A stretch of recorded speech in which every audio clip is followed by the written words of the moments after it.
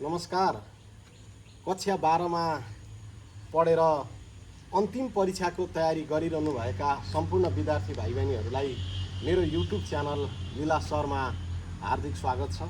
म लीलानाथ गौतम, म मावि तहको नेपाली शिक्षक र आज म यहाँहरूलाई यो कक्षा 12 को नेपाली विषयको अनिवार्य नेपाली विषयको परीक्षाको तयारी सामग्री स्वरूप यो चाहिँ प्रश्न नम्बर 3 मा सोधिने प्रश्न र त्यसको समाधान लिएर उपस्थित भएको छु।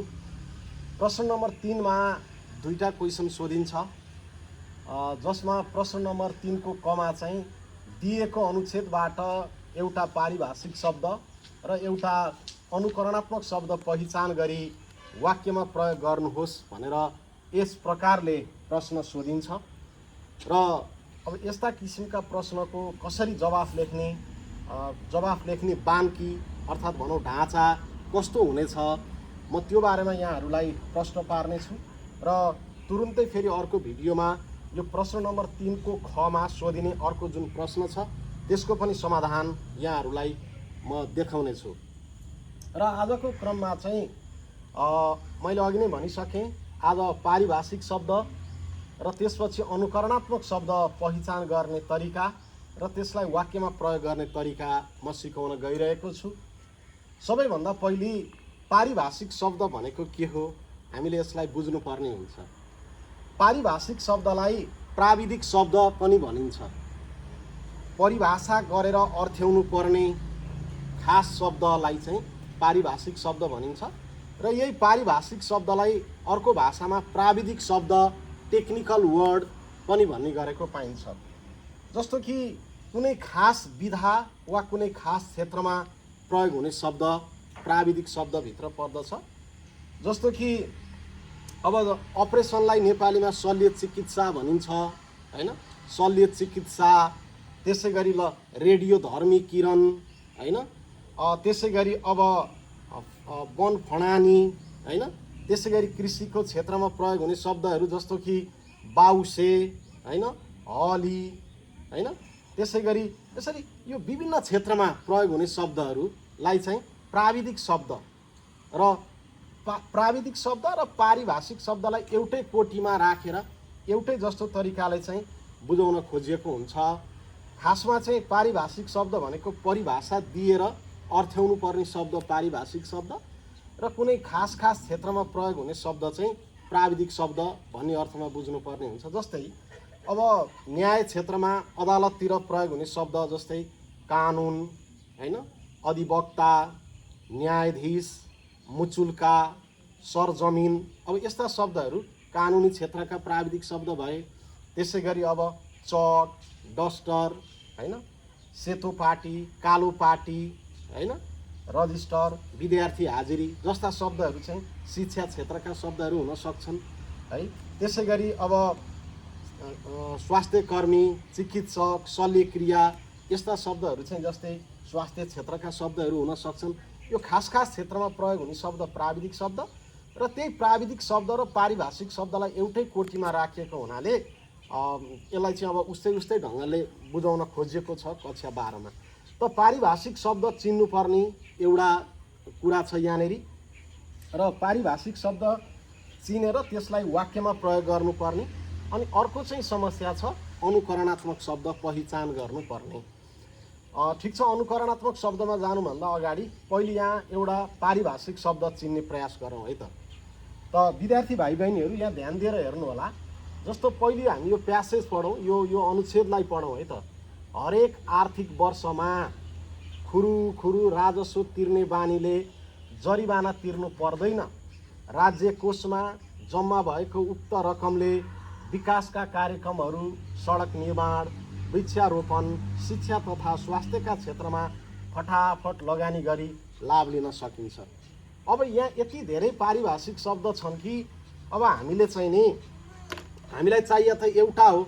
अब हेर्नु है त, जस्तो यहाँनेरि यो अब आर्थिक भन्ने शब्द छ, यसलाई अर्थ सम्बन्धी भन्ने यसको अर्थ हुन्छ, यसको परिभाषा अर्थ सम्बन्धी। अब यो आर्थिक वर्षलाई समुच्चमा भन्नुपर्दा फिस्कल इयर भन्छ नि इङ्ग्लिसमा। हाम्रो नेपालको सन्दर्भमा हरेक वर्ष साउन 1 देखि आउने सालको असारको मसान्तसम्मको समयलाई आर्थिक वर्ष भने जस्तै। अनि त्यसै गरी यहाँ राजस्व भन्ने शब्द छ, यो पनि पारिभाषिक शब्द हो राजस्व। त्यसै गरी यहाँ जरिवाना भन्ने शब्द देखिन्छ हैन। त्यसै गरी यहाँनिर राज्य कोष भन्ने शब्द छन्। अब यस्ता शब्द अझै छ हैन। जस्तो अब यहाँनिर वृक्षारोपण भन्ने शब्द आछ, त यिनीहरू पारिभाषिक शब्द हुन्। हामीलाई त यति धेरै चाहिएको होइन नि त, हामीलाई चाहिएको त एउटा शब्द हो। त अब यति धेरै मध्ये हामीले एउटा शब्द ल्याउने र त्यसलाई चाहिँ वाक्यमा प्रयोग गरेर देखाउने। जस्तो राजस्व, ट्याक्स भन्छ नि इङ्ग्लिसमा, व्यक्तिले राज्यलाई तिर्नुपर्ने रकम हैन, राजस्व। जस्तै अब राजस्वकै वाक्य बनाए भयो जरिवाना, कुनै गलत काम गरे बापत अथवा कुनै कार्य सम्पन्न गर्न ढिलाइ गरे बापत तिर्नुपर्ने रकम हैन, जरिवाना। जरिवाना पनि पारिभाषिक शब्द हुनसक्छ। राज्य कोष हैन, राज्यको ढुकुटी भन्ने अर्थमा आयो, त्यो पनि चाहिँ पारिभाषिक शब्द हुनसक्छ। त अब यति धेरै मध्ये एउटा शब्द जुन तपाईँलाई अलिकति सजिलो जस्तो लाग्छ त्यही टिपे भयो हैन। हुनसक्छ आर्थिक वर्ष, हाम्रो नेपालको नयाँ आर्थिक वर्षको बजेट आउने बेला भएको छ, यसरी वाक्य बनाए पनि भयो राजस्व। हामीले मोटरसाइकल कार चलाए बापत हरेक वर्ष सरकारलाई राजस्व तिर्नुपर्छ भने पनि भयो। अथवा जरिवाना हैन, ट्राफिक नियम उल्लङ्घन गरे जरिवाना तिर्नुपर्छ भने पनि भयो। राज्य कोष, राज्य कोषको सबैले संरक्षण गर्नुपर्छ भने पनि भयो। अब यसरी यति धेरै अप्सन छ है, यति धेरै शब्दहरू छन्। यहाँहरूले यो सबै शब्दमा झुकिरहनु परेन, कुनै एउटा शब्दलाई टपक्क टिपेर वाक्य बनाइदिने है, एउटा खास शब्द हेर्ने र त्यो मध्ये कुनै एउटालाई प्रयोग गर्दा भयो। जस्तै अब सजिलो यहाँहरूले सुनिरहेको शब्द ल जरिवाना है, टक्क अब हामीले जरिवाना लेख्छौँ र अब यसलाई वाक्यमा प्रयोग गर्छौँ।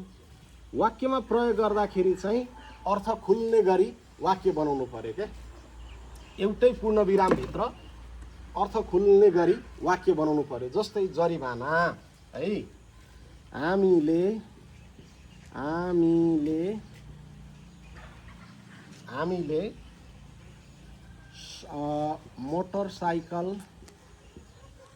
मोटरसाइकलको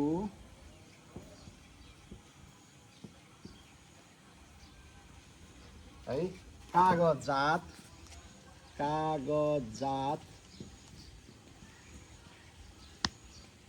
नलिई हिँडेमा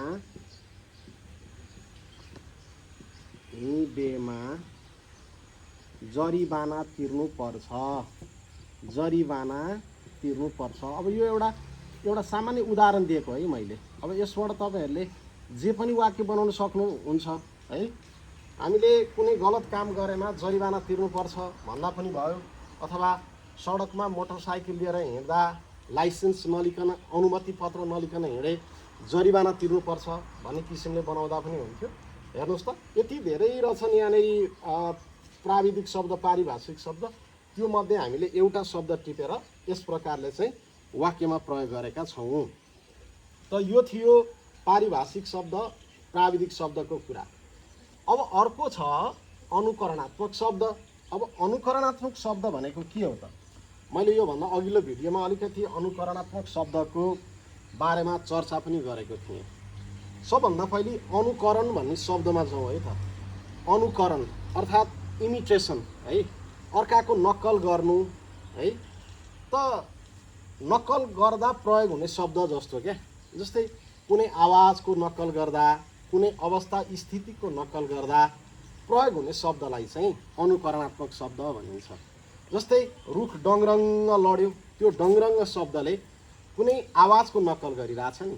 जस्तै गाडीको टायर ड्याममा पड्क्यो, ड्याममा शब्दले है त्यो आवाजको नक्कल गरिरहेछ। भाइले ड्याङ्ग ढोका खोल्यो, ड्याङ्ग आवाज निकालेर ढोका खोल्यो, ड्याङ्ग शब्दले आवाजको नक्कल गरिरहेछ। म थचक्क बसेँ, थचक्क शब्द। तिमी प्वाक्क नबोल, प्वाक्क शब्द हैन, यसले त्यो अवस्था स्थितिको बयान गरिरहेछ। यसरी कुनै आवाजको, कुनै अवस्थाको, स्थितिको नक्कल गर्दाखेरि प्रयोग हुने शब्द चाहिँ अनुकरणात्मक शब्द हुन्छन् र हाम्रो नेपाली भाषामा प्रशस्त यस्ता अनुकरणात्मक शब्दहरू पाइन्छन्। यो अनुकरणात्मक शब्द चाहिँ ठेट नेपाली हाम्रो आफ्नो मौलिक पहिचान सहितको शब्द हो। त्यसैले यो शब्दको आफ्नै किसिमको सुवास पनि छ। अब हेर्नुहोस् त यहाँनिर कति धेरै अनुकरणात्मक शब्दहरू छन् है। हामीलाई चाहिएको जम्मा एउटा हो। यहाँहरूले के बुझिदिनु पर्यो भने हामीलाई पारिभाषिक शब्द पनि एउटा मात्रै चाहिएको थियो जसलाई वाक्यमा प्रयोग गर्नु थियो। अनि त्यसै गरी हामीलाई चाहिँ अनुकरणात्मक शब्द पनि एउटा मात्रै चाहिएको हो जसलाई टपक्क टिपेर हामीले वाक्य बनाएर देखाउनु छ। अब यहाँ हेर्नु होला है त, हरेक आर्थिक वर्षमा खुरु राजस्व तिर्ने बानीले, ल हेर्नुहोस् त खुरु यो खुरु शब्द यो चाहिँ अनुकरणात्मक शब्द हो। जस्तै हामीलाई कहिलेकाहीँ शिक्षकहरूले हैन आदरणीय गुरुले या बाआमाले घरमा खुरु आफ्नो काम गर, खुरु पढ भन्नुहुन्छ नि, त यो खुरु शब्द यो अनुकरणात्मक शब्द हो। त्यसै गरी अब अरू हेरौँ त, राजस्व तिर्ने बानीले जरिवाना तिर्नु पर्दैन, राज्य कोषमा जम्मा भएको उक्त रकमले विकासका कार्यक्रमहरू, सडक निर्माण, वृक्षारोपण, शिक्षा तथा स्वास्थ्यका क्षेत्रमा फटाफट लगानी गरी लाभ लिन सकिन्छ। फटाफट है। अब यो फटाफट शब्द पनि के हो त, यो पनि अनुकरणात्मक शब्द हो है। फटाफट आफ्नो काम गर, तिमी फटाफट घर जाऊ, तिमी फटाफट स्कुल जाऊ है, यस्तो अवस्थामा त्यो प्रयोग हुन्छ। त्यसरी हामीलाई चाहिएको जम्मा एउटा अनुकरणात्मक शब्द थियो, तर यहाँनिर हामीले कतिवटा अनुकरणात्मक शब्द भेट्यौँ त, हामीले दुईटा अनुकरणात्मक शब्द भेट्यौँ, एउटा खुरु अर्को फटाफट है। यहाँ हेर्नु होला, एउटा खुरु भेट्यौँ यो अनुकरणात्मक शब्द र अर्को हामीले भेट्यौँ फटाफट अनुकरणात्मक शब्द। अब यहाँहरूलाई यो दुईटामा जुन स्वाद लाग्छ त्यसैको वाक्य बनाइदिनुहोस्। तर एउटा कुरा के ध्यान दिनु भने विद्यार्थी भाइ बहिनीहरू, फेरि सेम यहीकै वाक्य सारेर वाक्य बनाउँदा चाहिँ हुँदैन है, त्यसलाई मान्यता दिँदैन काफिच्छे गर्दाखेरि।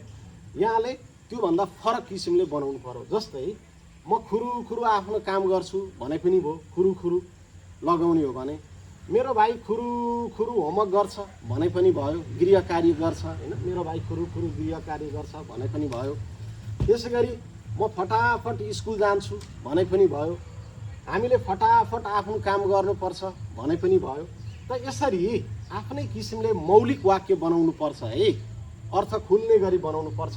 ल फटाफटकै बनाइदिउँ न त है। ल फटाफट, अब चट्ट यहाँ फटाफट लेख्ने, फटाफट है, फटाफट है। अब यसको वाक्य बनाऊ, मेरो भाइ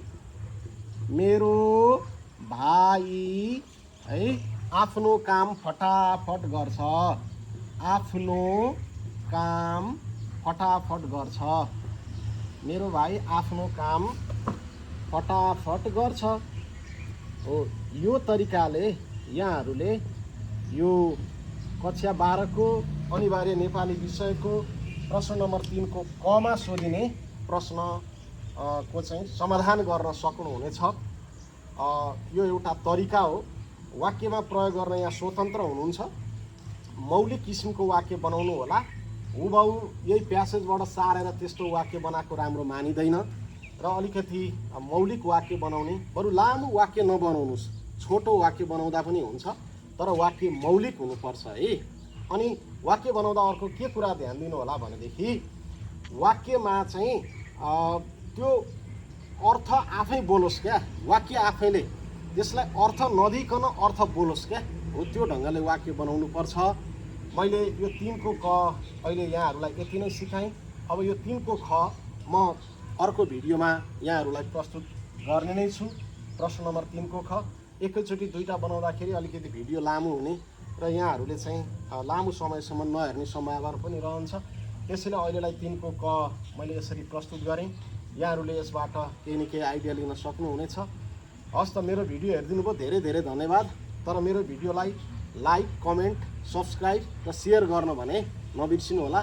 मेरो युट्युब च्यानललाई चाहिँ सब्सक्राइब गरिदिनु होला। हस् त, धन्यवाद, नमस्कार।